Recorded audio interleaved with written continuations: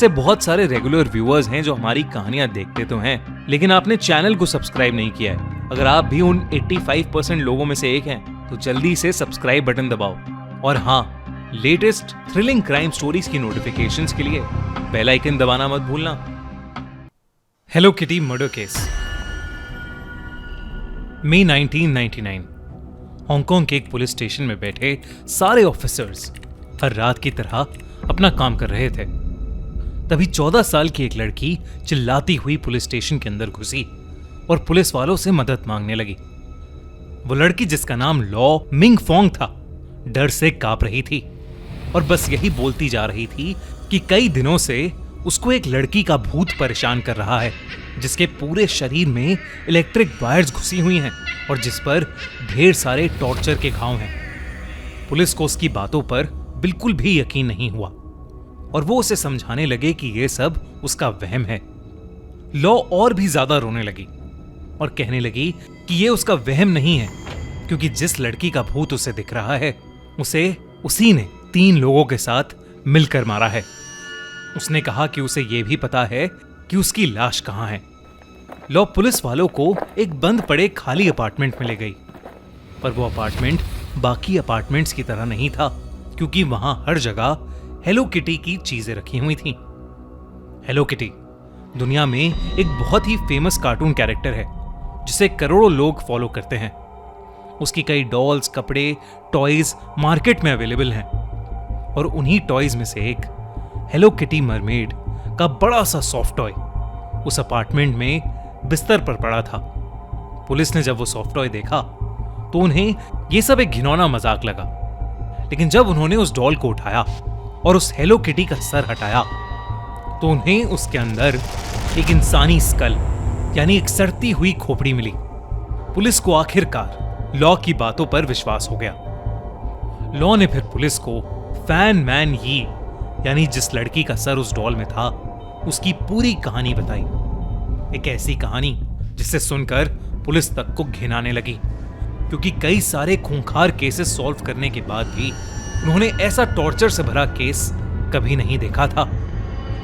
Fan एक अनाथ, एक ऑर्फन थी और उसने अपना सारा बचपन एक गर्ल्स ऑर्फनेज में ही बिताया था।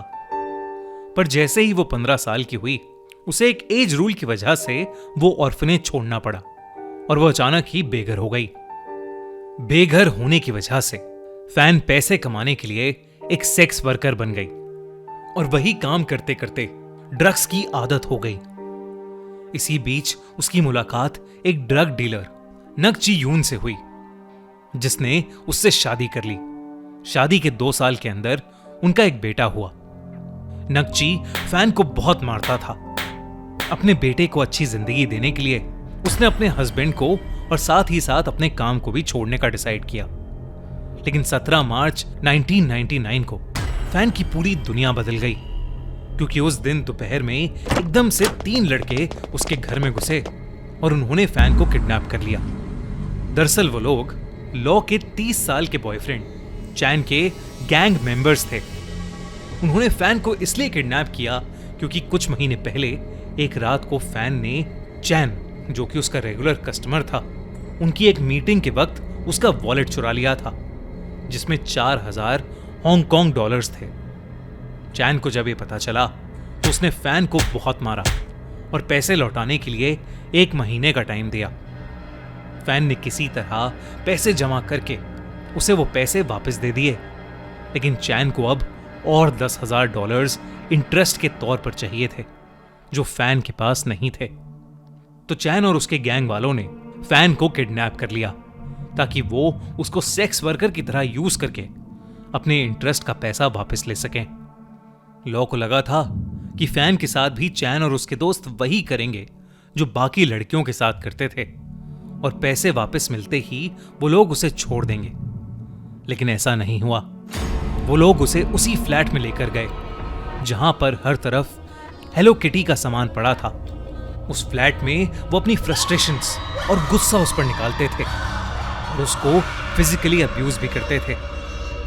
उन्होंने उसे मारना भी शुरू कर दिया था, इतना कि उन मार के घाव और दर्द की वजह से वो उन्हें रीपे करने के लिए सेक्स वर्कर का काम भी नहीं कर पाती थी। जब भी फैन कुछ पैसे लाती थी, चैन उससे और पैसे डिमांड करता था, और जब वो और पैसे नहीं दे पाती थी तो चैन और उसके दोस्त तीनों ड्रग्स के नशे में फैन को बहुत मारते थे, उसे टॉर्चर करते थे। चैन और उसके गैंग वालों को अब फैन को टॉर्चर करने में मजा आने लगा था। कुछ समय बाद लॉ ने भी फैन के टॉर्चर में हिस्सा लेना शुरू कर दिया। हर दिन वो लोग उसे कई भयानक तरीकों से टॉर्चर करते, ऐसे तरीके जिसके बारे में कोई सोच भी नहीं सकता। कभी लोहे की रॉड से मारना, तो कभी उसे इलेक्ट्रिक शॉक्स देना। वो लोग उसकी चोटों पर मिर्ची लगाते थे, उसे ह्यूमन एक्सक्रीटा खिलाते थे। इस सब के बाद भी वो उससे जबरदस्ती स्माइल करते हुए ये बोलने को कहते थे कि उसे इन सब में मजा आ रहा है, और अगर वो उनकी बात मानने से मना करती थी या दर्द में चिल्लाती थी तो वो उसे और भी भयानक तरीकों से टॉर्चर करते थे।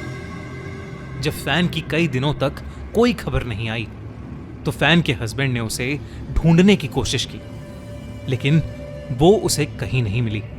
साथ ही साथ एक ड्रग डीलर होने के कारण वो एक केस पुलिस को रिपोर्ट भी नहीं कर पाया। फैन का टॉर्चर पूरे 1 महीने तक चलता रहा। फाइनली अप्रैल 14 को उसको इस भयानक टॉर्चर की वजह से एक सदमा लगा, जिसकी वजह से फैन की मौत हो गई। जब उसकी मौत हुई तो अपार्टमेंट में कोई भी नहीं था, पर वापस आकर चैन और उसके साथियों ने जो किया वो सुनकर किसी का भी दिल दहल जाएगा, और कोई भी ये सोचने पर मजबूर हो जाएगा कि कोई इंसान ऐसा कैसे कर सकता है। उन्हें जब वापस आकर फैन की लाश मिली तो उन्होंने उसकी बॉडी को ठिकाने लगाने के लिए उसके शरीर को बाथटब में डालकर उसके कई टुकड़े किए। फिर उन्होंने उन बॉडी पार्ट्स की स्किन को डिसॉल्व करने के लिए उन्हें किचन में बॉईल किया। ये करते करते उन्होंने साथ वाली स्टोव पर नूडल्स रखे, और जिस करची से उन्होंने फैन के बॉडी पार्ट्स को बॉईल किया उसी का यूज करके उन्होंने नूडल्स भी बनाए। नूडल्स खाकर उन्होंने उसकी खोपड़ी को एक हेलो किटी डॉल के सर में डाल दिया, और उस हेलो किटी हेड को एक मरमेड डॉल के साथ सिलकर अटैच कर दिया। जिसके बाद उन्होंने आराम से वहां बैठकर वीडियो गेम्स भी खेले, और आखिरकार उसके बाकी बॉडी पार्ट्स को पास ही के गार्बेज बिन में फेंक दिया, और उसके कुछ इंटरनल ऑर्गन्स और दांत एक प्लास्टिक बैग में अपने पास एक सूवेनियर यानी एक याद की तरह रख लिए। उस दिन के बाद से बाकी गैंग मेंबर्स की जिंदगी तो नॉर्मल चलती रही, लेकिन लॉ को हर जगह फैन का भूत दिखने लगा, जिसके शरीर पर ढेर सारे घाव और इलेक्ट्रिक वायर्स थे। आखिरकार लॉ को लगा कि पुलिस में जाकर उसे सब सच बता देना चाहिए। लॉ के बयान के बाद चैन और उसके बाकी दोस्त अलग अलग जगहों से अरेस्ट कर लिए गए। उनका कहना था कि फैन की मौत ड्रग ओवरडोज की वजह से हुई है, और जो टॉर्चर की बात लॉ कर रही है वो सब दरअसल फैन की मर्जी से हो रहा था। पर पुलिस को उनकी बातों पर विश्वास नहीं हुआ। सबूत ना होने के कारण उनमें से एक को पुलिस को छोड़ना पड़ा, पर बाकी तीनों को कोर्ट ने 20 साल का लाइफ सेंटेंस दिया। वहीं लॉ को विटनेस बनने और माइनर होने की वजह से पुलिस ने छोड़ दिया।